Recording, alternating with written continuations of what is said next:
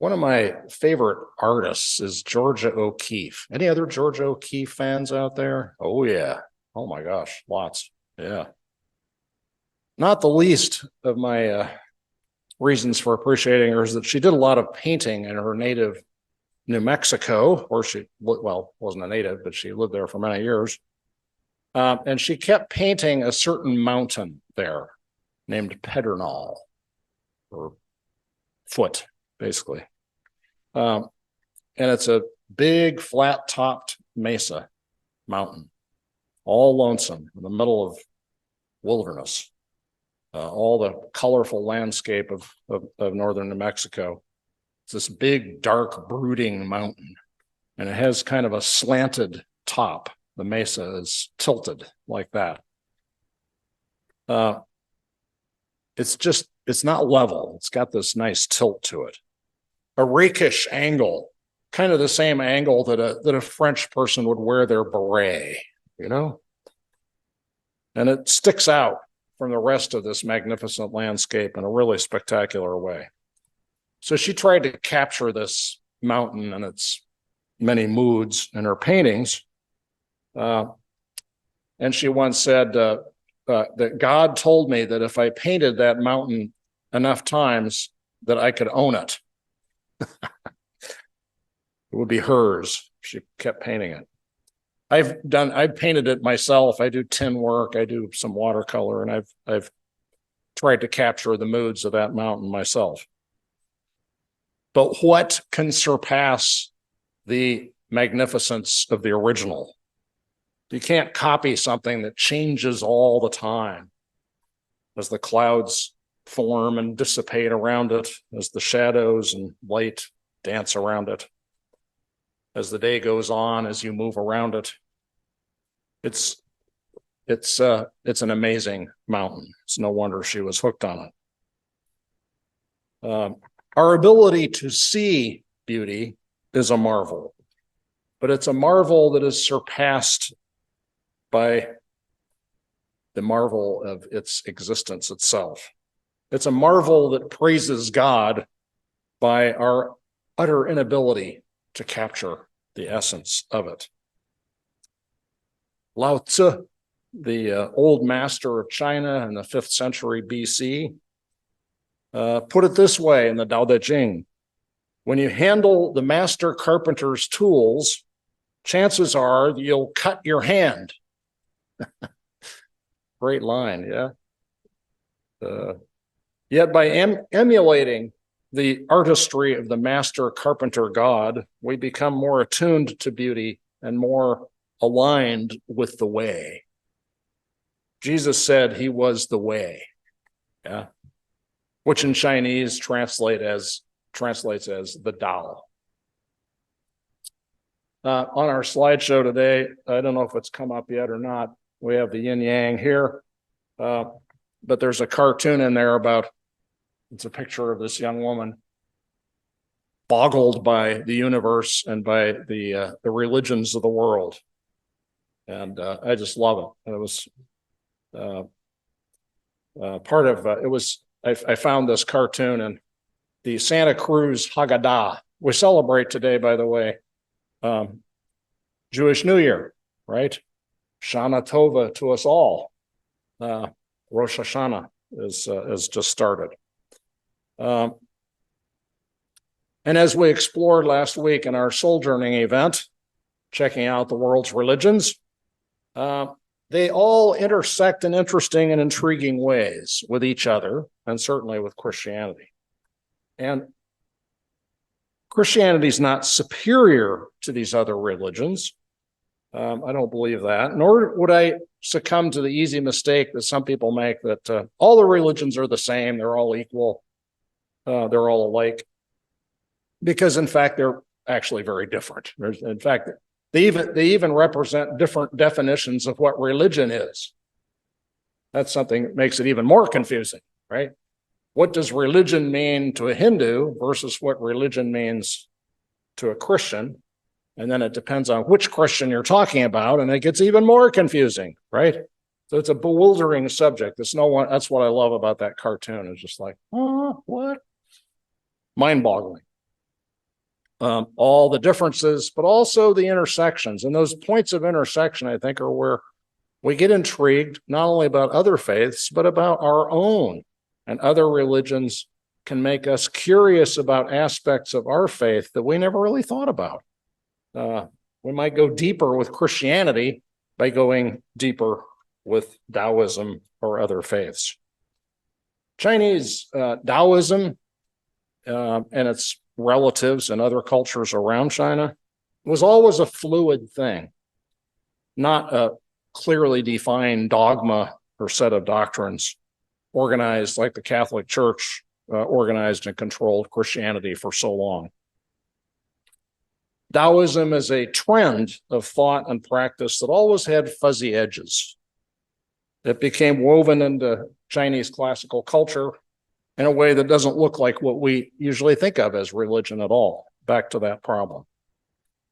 And a big theme in Taoism, of course, is equanimity, balance, incorporation of the yin and the yang. Yes, the yang into the yin. Hence this flowing shape of the yin and yang bleeding into each other. Another thing I really like about the yin-yang as the United Church of Christ pastor is that what's the symbol, what's the new symbol of the United Church of Christ?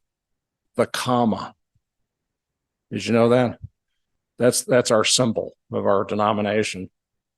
Because it comes from a Gracie Allen quote. She said, never put a period where God has put a comma. Good line, huh? You could get into some of the theology of that, could be problematic, but still, the idea that like there's more to understand, more to know, more to discover. Our religion is not about periods; it's about commas, maybe semicolons, even, but definitely not periods. Like this is God said it, I believe it, that settles it. That's not us, at all. We're into commas. So here we have the double comma. Commas flowing into each other. There's an intersection point with our tradition. So the Tao brings together these opposing forces. We're right about at the autumnal equinox, right? When darkness is equal with the light. But it is an equality with a difference in it. The autumnal equinox is the balance of light and dark moving toward darkness. And then you get to the spring equinox when it's a balance of light and dark that's tending toward the light. Just as Mount Pedernal has a lovely asymmetry about it. So we find that in our own experience and also in the Tao. True straightness seems crooked. True wisdom seems foolish. True art seems senseless, says Lao Tzu in the Tao Te Ching. And you find that in the Christian scripture, right? St. Paul saying, for us, wisdom looks like foolishness to people outside the faith. They think Christianity's nutty. Right? The wisdom of Christianity looks foolish, he wrote. A good composition in art suggests or hints at some kind of symmetry. It displays and evokes symmetry without ever being fully symmetrical. Think about that. Yeah? George O'Keeffe would paint Mount Pedernal, but she would never put it in the center of the painting. It was always off to the side somehow, right? She didn't make the mountain the absolute focus of the picture. She arranged it so that your eye would seek it, would look for it. It would be drawn toward it, but it would move because of the way she placed it off center in the picture. Tao Te Ching. The artist does not the master allows things to happen. The master allows things to happen. The artist evokes so that things can be allowed to happen, not forced to happen. Jesus said about mountains, it was pretty great. He said, truly I say to you, if you have faith the size of a grain of mustard seed, you have faith the size of a grain of mustard seed, you can say to this mountain, move from here to there, and it will move. And an artist can do that by composing the painting in such a way that the mountain moves or appears to move as you move your eyes with it. Through faith, as the Tao of Jesus says, the soft overcomes the hard, the slow overcomes the fast. Let your workings remain a mystery. Just show people the results. Yeah. So often, I think when we run into stuff that we have to deal with in life, we have this urge to just meet it head on, slam into it, right?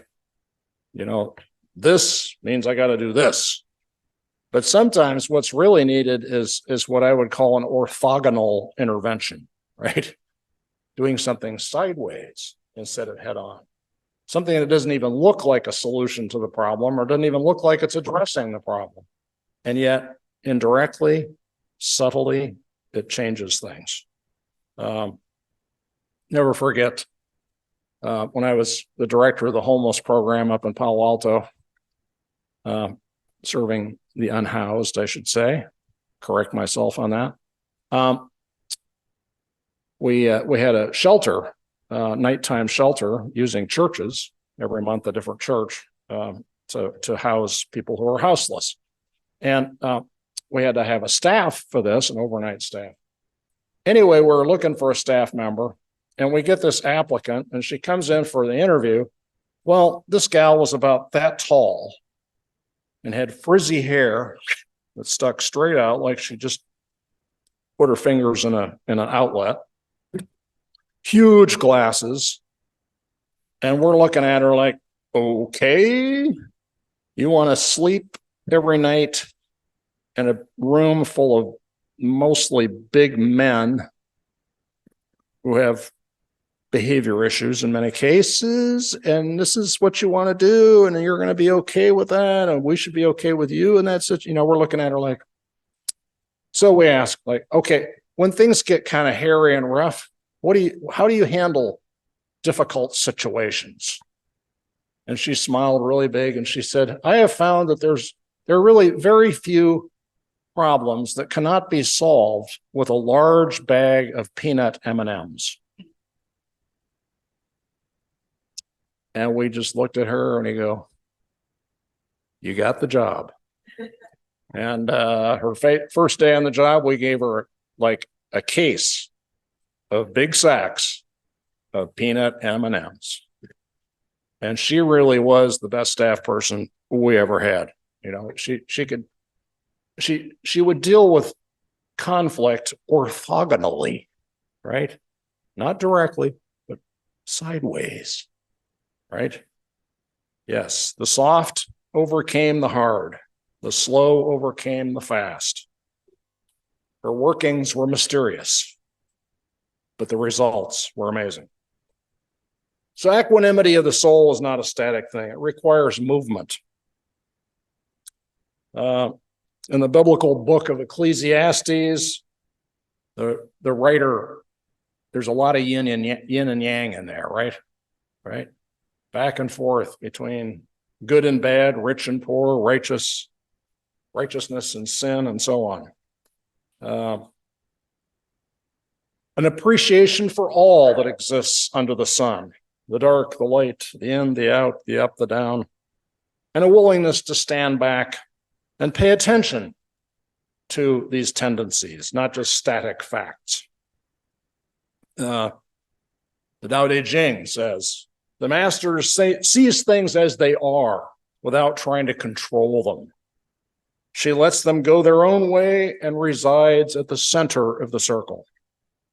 So much like the wisdom of Jesus, who said, the wind blows where it wills, and you hear the sound of it, but you don't know where it comes from or where it's going. so it is with everyone who is born of the Spirit. The Tao of China, the Tao of Jesus, both urge restraint from violence of every and any kind. The great man thinks of his enemy as the shadow that he himself casts, says the Tao. Just like Jesus saying, let him who is without sin among you be the first to throw the stone. The Tao says, when two great forces oppose each other, the victory will go to the one that knows how to yield. Jesus said, love your enemies, do good to those who hate you. At the same time, Lao Tzu and Jesus were both about activism, engaging with the world. It's not about retreating from the world.